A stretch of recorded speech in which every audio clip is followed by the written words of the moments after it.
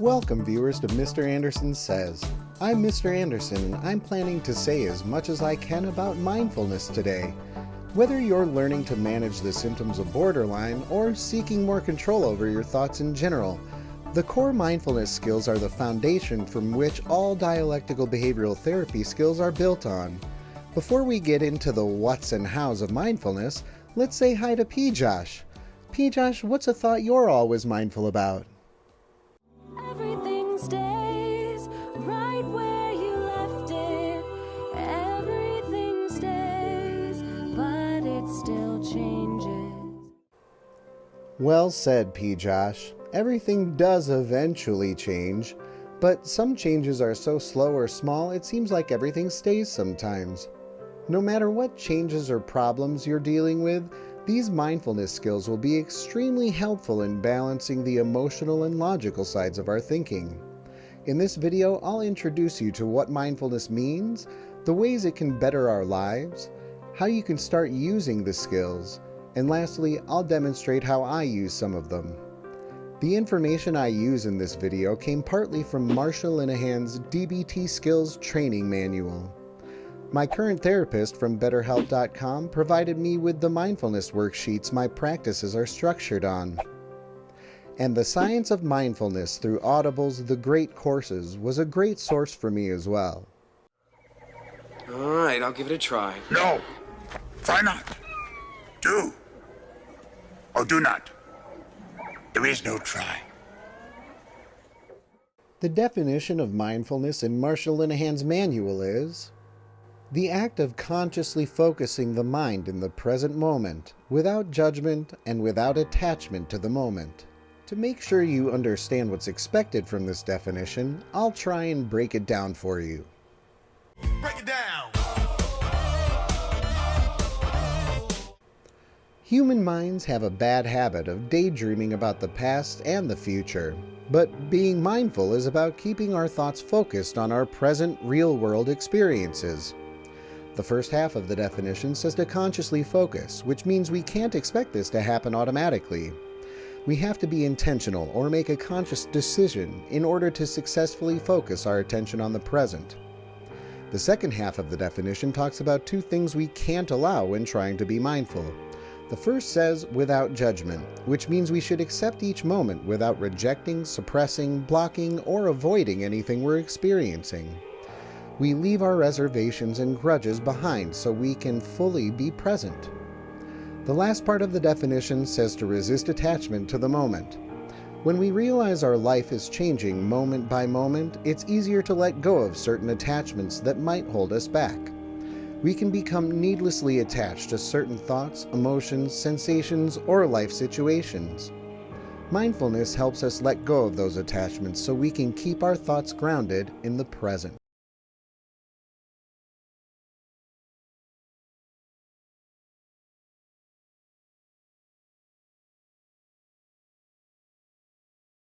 First concept you'll need to learn is something called wise mind. I end my videos by telling my viewers to keep it balanced, and keeping your thoughts grounded in wise mind is what I mean by that catchphrase, so listen up! In DBT there are three primary states of mind: reasonable mind, emotion mind, and wise mind. Reasonable mind means we're approaching experiences intellectually, using only logic and reason to participate with others, ignoring emotion, empathy, love, or hate in favor of being cold or purely intellectual. Emotion mind is when our thoughts are rapid and intense, or hot. Logical thinking is difficult. Facts can be amplified or distorted to match our current mood, and the energy of our behavior matches the current mood as well. Each of these have advantages, but problems arise when we find ourselves exclusively in one or the other. We achieve wise mind when we find the balance between those two extremes. With practice and experience, we also achieve an added layer of intuition that helps us maintain the balance. When we learn how to use wise mind, that's when we can say we're keeping it balanced, friends. Pop the balloon with the glass!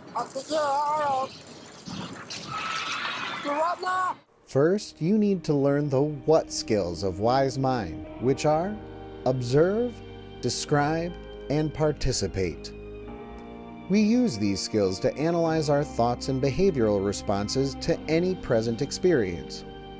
In observing, our goal is simply to notice the events we're experiencing and the feelings, thoughts, and behavioral reactions that are caused by the events.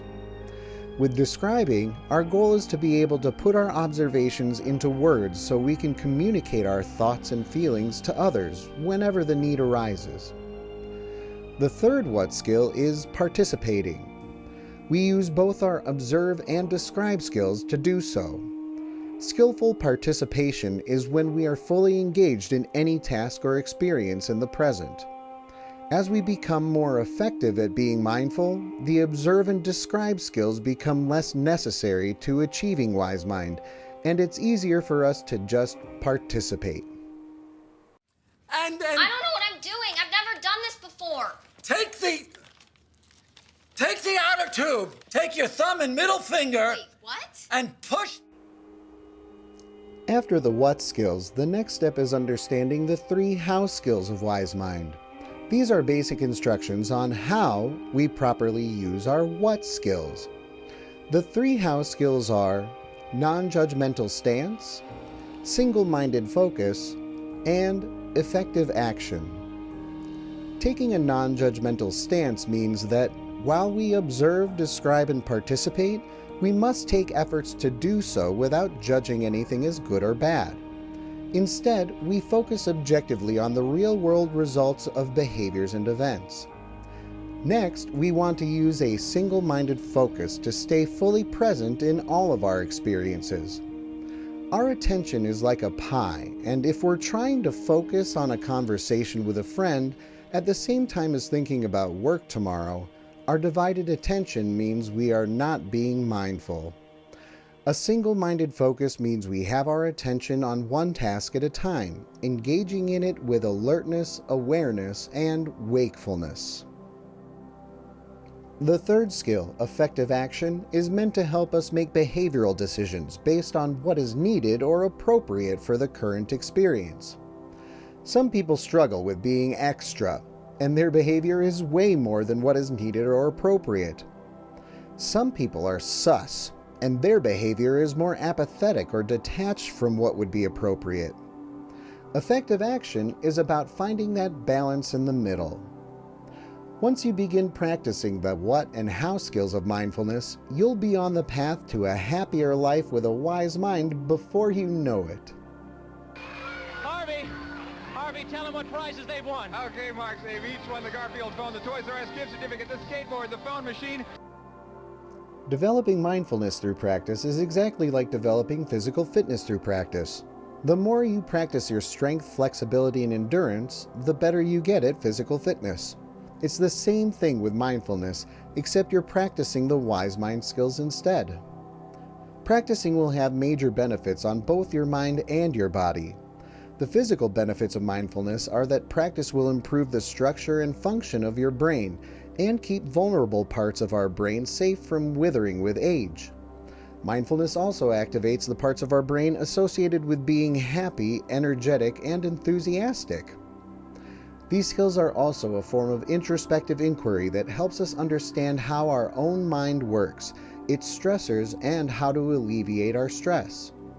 Mindfulness can also help us empathize with another person's perspective and get along better with them, improving our relationships whether at home or out in the world.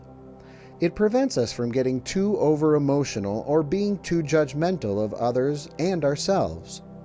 It keeps us from taking things too personally and helps us remain present in our relationships. It's also an extra guard against unhealthy urges and impulses. Keeping it balanced with wise mind has a ton of benefits for us and all those around us. What was that? Oh man, I've heard rumors of weird things happening in this forest. Dangerous animals, hunters, raves. It's true, P. Josh. There are some wild myths about practicing mindfulness that I'd like to address. 1. Being mindful is not about emptying your mind of thoughts. It's about understanding our mind's relationship to our thoughts so we can more easily manage our feelings and behaviors. 2. Mindfulness is not used to avoid emotions or experiences. It actually helps us to more vividly and effectively feel our emotions and experience each moment with understanding. 3. Mindfulness is not about separating the mind from the body, but strengthening the connection between the two. Our thoughts and feelings have an effect on our body, and part of mindfulness is paying attention to what's happening to our body with each experience. 4. Mindfulness is not like withdrawing from life, but these skills actually teach us to be more engaged with each experience, awakening both the mind and the body as we live our lives. Don't start without me. And don't start up with me. To finish the video today, I'm going to demonstrate a few ways you can incorporate practicing these skills into your everyday life. The first is an anytime, anywhere, relaxing breath exercise. After that, I'll talk about how to practice mindfulness meditation. The next exercises can be done with others or on your own at different times throughout the day. The last is a progressive muscle relaxation technique that is perfect for winding down in the evening or just before bedtime. So, without further ado, let's practice some mindfulness skills.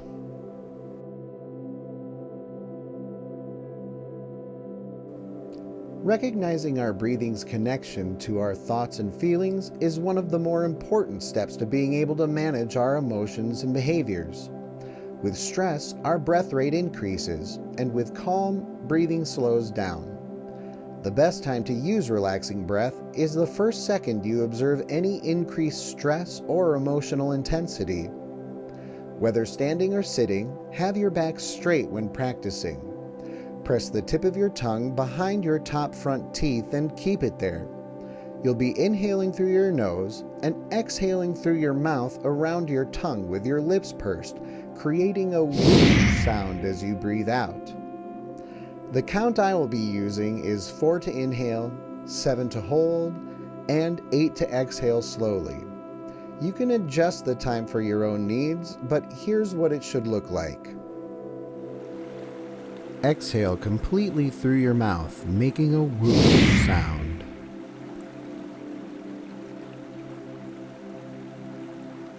Close your mouth and inhale quietly through your nose to a mental count of 4.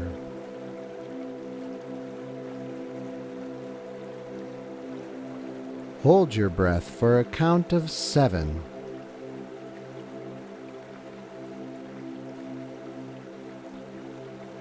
Exhale completely through your mouth, making a whoosh sound to the count of 8.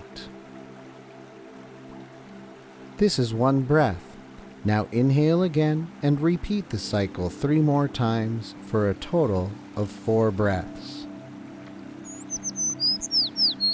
Note that you always inhale quietly through your nose and exhale audibly through your mouth. The tip of your tongue always stays in position the whole time. Exhalation takes twice as long as inhalation. The absolute time you spend on each phase is not important. The ratio of 4, 7, 8 is important. If you're having trouble holding your breath, try doing 2 or 3 breaths instead of 4. With practice, you can slow it all down and get used to inhaling and exhaling more and more deeply. Do it at least twice a day. You cannot do it too frequently. Do not do more than 4 breaths in one time for the first month of practice. Later, if you wish, you can extend it to 8 breaths. If you feel a little lightheaded when you first breathe this way, take a seat, but do not be concerned. It will pass.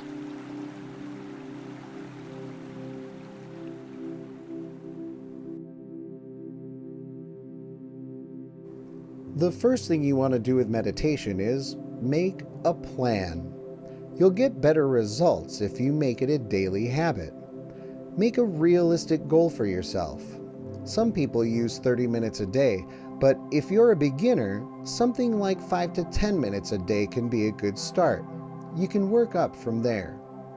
Whatever you start with, your plan should include the goal of making daily meditation an easy habit to keep. When you begin practicing your meditation, your posture is important. How you sit isn't important, but on a chair or on the floor, make sure you're comfortable. Not too comfortable that you fall asleep, but in a posture you can maintain without discomfort. After your position is settled, focus on your thoughts. You are not trying to clear your mind, remember. Just allow your thoughts to come and go without judgment or resistance, like a river in your mind. The more you try to control the flow, the more disruptive your thoughts become. Just say, "Hey thought," and let it pass on by. Once you feel like your thoughts are flowing without disturbing you, it's time to focus on your breathing. Take full, even breaths in through your nose, then exhale slowly out your mouth. The key at this point is to be observing the changes in your body as the air enters and exits your lungs. Be mindful of all the sensations you can observe and describe while still maintaining full, even breaths. The goal of this meditation is to bring you into the present and strengthen the connection between your mind and your body.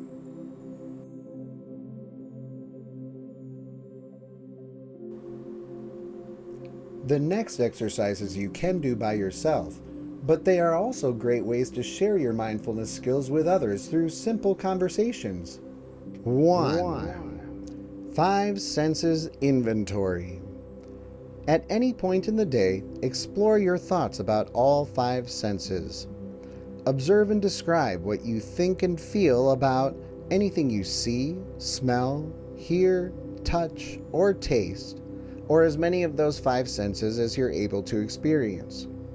Try to notice things you would normally ignore, like a sound you don't often notice. This is a great mindfulness skill to start conversation with someone. 2. Body scan. Starting from your toes, work your way up your body, observing and describing any sensations in each part, like the feeling of shoes on your feet, or the temperature of the air on your skin. This is an easy one to do by yourself, but you can share this activity too. Just don't get perverted when describing sensations in body parts, unless it's consensual. 3. Mind, body, heart check-in. With a focus on the present moment you're experiencing, observe and describe one thought, one physical feeling, and one emotional feeling you're having.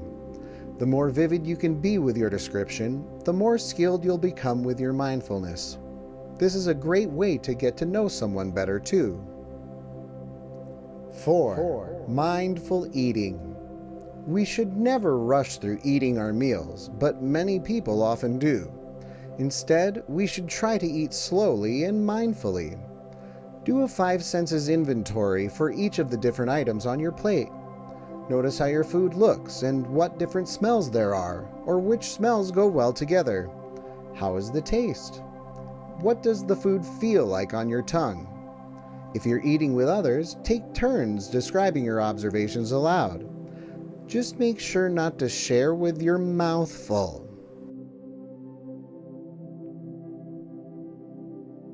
The last exercise I'll demonstrate in this video is a great end-of-day relaxation technique where you tense and then relax each muscle. This is effective if you only use it when needed, but it becomes far better for you if you make it an evening routine. In this technique, you'll tense your muscles, but not to the point of straining them. You should also skip any injured or painful areas. The key to this exercise is focusing on that moment when the tension is released and observing as much as you can about the feeling of relaxation. First, I'll show you a shorter, more focused version of this. Then I'll finish by demonstrating a full-body progressive muscle relaxation technique. Here we go! close your eyes and pretend that you're holding 2 juicy oranges, one in each hand. Start to squeeze the oranges by making fists. Squeeze hard to get all the juice out. Notice what your fists feel like when you squeeze hard. Now, let go of the oranges and let your hands rest. Notice how good it feels to relax your hands. Next, pretend like you're sitting on the beach. Squeeze your toes as if you are trying to pick up sand between them. Hold on to the sand by squeezing even tighter. Now, let go of the sand and relax your feet. Notice how your feet feel different when you let them rest. Finally, pretend like a fly landed on your nose. You want to get it off without touching it with your hands. Scrunch up your face, wiggle your nose, just go crazy. Keep moving your face so the bug will fly away. Now stop and let your whole face relax like the fly flew away. Pay attention to how it feels.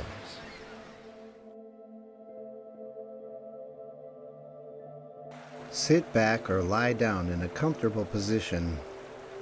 Shut your eyes if you're comfortable doing so. Begin by taking a deep breath and notice the feeling of air filling your lungs. Hold your breath for a few seconds.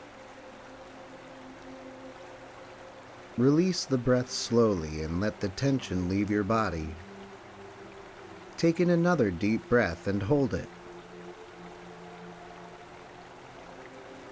Again, slowly release the air. Even slower now, take another breath. Fill your lungs and hold the air.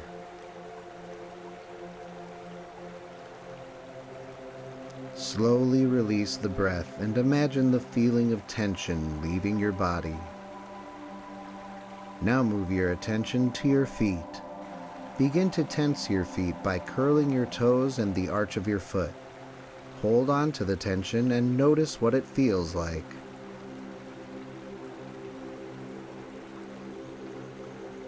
Release the tension in your foot. Notice the new feeling of relaxation. Next, begin to focus on your lower leg. Tense the muscles in your calves. Hold them tightly and pay attention to the feeling of tension.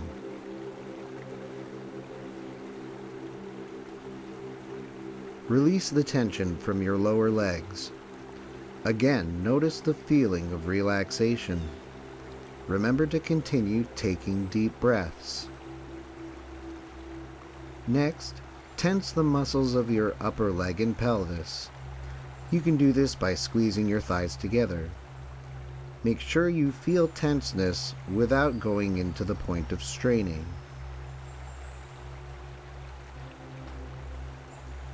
And release. Feel the tension leave your muscles. Begin to tense your stomach and chest. You can do this by sucking your stomach in. Squeeze harder and hold the tension. A little bit longer.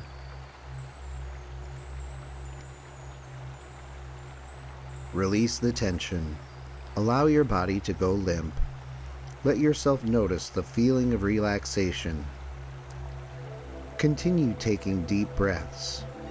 Breathe in slowly, noticing the air fill your lungs, and hold it.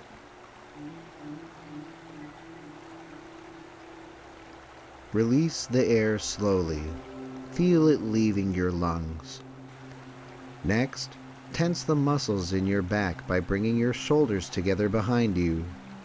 Hold them tightly. Tense them as hard as you can without straining and keep holding.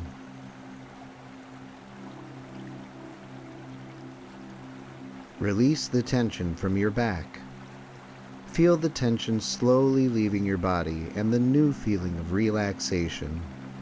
Notice how different your body feels when you allow it to relax. Tense your arm all the way from your hands to your shoulders. Make a fist and squeeze all the way up your arm. Hold it.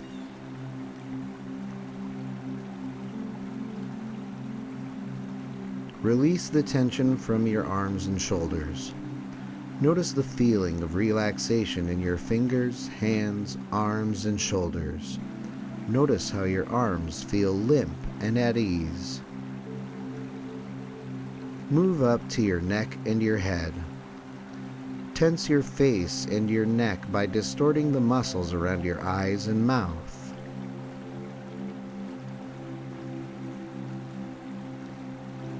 Release the tension.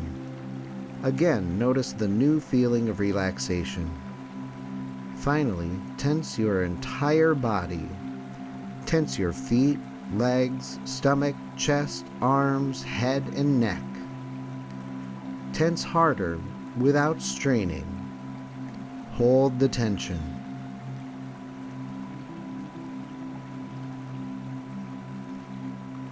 Now release.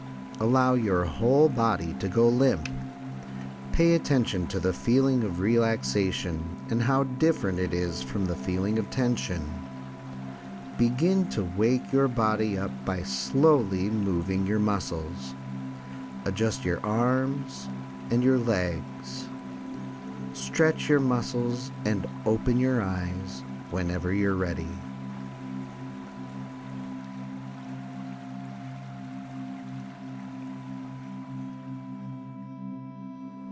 And there we have it, viewers. While these mindfulness skills are designed for borderline patients in dialectical behavioral therapy, I truly believe any human can benefit from making a habit out of being more mindful. Whether you're looking to have more balanced interpersonal relationships or trying to find a way to address mental health concerns, practicing mindfulness skills regularly can only help. I promise. Using these skills can also be a major benefit to your social media interactions too. Considering how those platforms base their algorithms on promoting reactionary content, using mindfulness skills can prevent you from posting that one comment that would get you killed Or worse, expelled.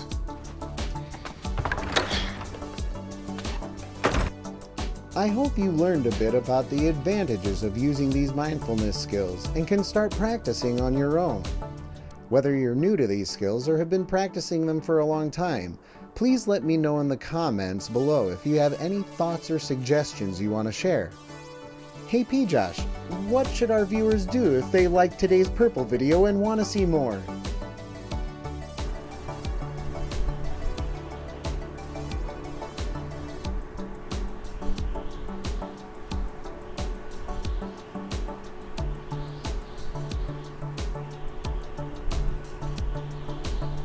Great work, P-Josh, and thanks for your help.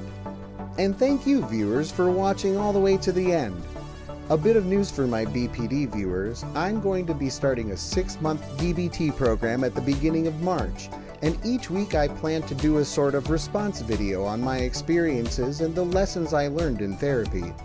My hope is to pass on the knowledge and skills to all my viewers. Even those of you who don't have BPD, I know a lot of people who could change their lives if they just learned 1 or 2 of these skills. So keep checking back for more purple videos in the near future. Now that you truly understand what I mean when I say my catchphrase at the end, please remember to keep it balanced, friends.